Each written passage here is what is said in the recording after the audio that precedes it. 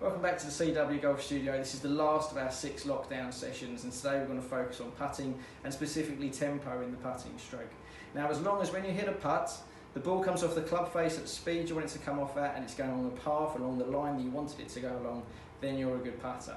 There's lots of ways you can hold a putter, and again, when you're setting up, there's little variances, various nuances that you can use. But say when you're hitting the putt, as long as that club face at impact is looking where you want the ball to go and the ball comes off the club face at the pace you want it to come off at, then you're a good putter. If you look at all the best putters in the world though, the one thing they share is good tempo. Okay, now if you notice, it's called the putting stroke, it's not called the putting hit. Okay, so if we say that you've got to stroke a shot, that implies that it's going to be a nice smooth motion when you're hitting it. You're not trying to whack the ball, okay? So with putting, we're not trying to hit the ball as hard as we can do. We're trying to finesse the shot. We're trying to feel the distance. And say this drill here is a great drill for you. So today we've got our bath towel. We've also got a couple of our tour sticks there and T-pegs as well.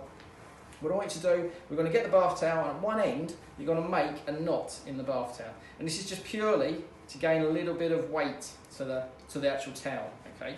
Because what we're now going to do is we're going to set up as though we're about to do a putt. Okay, so hold your hands where you'd set up to. And what you notice now is see the way that the knot is hanging right at the bottom of the stroke there. Okay, now as we're doing the stroke, what we're going to do backwards and forwards, what you notice there, you see the way I'm trying to keep that relationship between my hands and the towel and the knot the same throughout. Okay, now if I get a bit flicky and get a bit faster with it, see the way it's kind of flying around all over the place. Okay, so what we're trying to feel here is we're trying to keep a nice relationship between the knot and your hands there. Okay, now what you notice there, what that generates now for us, it gives us what we call an even tempo. Okay, so back and through, there's no discernible change. So it's not as though when I'm setting up and going back slowly, then trying to come through fast, or going back fast and slowing down as I hit the putt there. I'm trying to feel as though as I'm doing this stroke, it's back and through at a nice even tempo as you're doing the stroke there.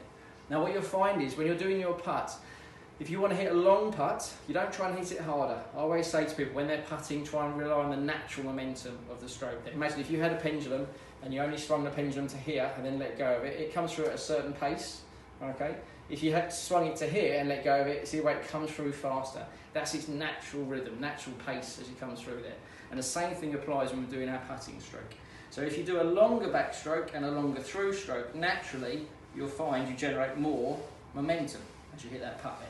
If you were to do a shorter backstroke and a shorter through stroke, again it's the same rhythm to my stroke. See where that knot is still staying in the same position in relation to my hands, okay? But what you'll find is now I'm going to have a slower rhythm, so a slower pace as that club comes through. So do a few of those putts there, or strokes, sorry, with the towel, and then just apply it to your putter, okay? So you set yourself up to hit the putt there and have that same sensation as you're doing the stroke, back and through. Now, unfortunately, I missed the hole, but I managed to get it through the gate, which is the main thing there. So when you're doing your putt, try to make sure you have that same feel with the putting stroke.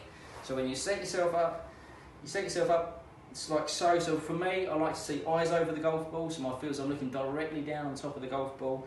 Ball is going to be slightly forwards in the stance, so a bit closer to my left foot than my right foot. Again, this promotes a slight upward stroke as we hit the putt, which gives us what we call a true roll. It gets the ball rolling, not quickly, but faster. That makes sense, okay? So it's not skidding and not bouncing, it's just going to roll straight almost immediately when we hit the putt. We don't want skid, we don't want bounce when we're doing our putting stroke. So to catch the ball on a slight upstroke definitely helps us with that one there. And the final thing I always say to people is try to feel as though your arms are just hanging naturally. Okay, so again, I've got quite long arms but quite short legs, so naturally my hands are quite low down here. I don't use a particularly long putter. So let your arms hang naturally in your setup position. So once I'm in my start position, eyes over the ball, ball towards the front of my stance there, hold it however you feel comfortable and then focus on that tempo of the stroke. So go back and through, try and keep that same rhythm. It's got to go, it's got to go. Oh, I can't believe I missed it. Okay, but try that next time you're doing your putting stroke. Focus on the tempo of your putt as you're hitting those putts there. Thanks ever so much again for watching these sessions. So I hope you're going to get something out of it. And say 29th of March when we get back to golf, let's fingers crossed, we're back for good. We're going to have a fantastic 2021.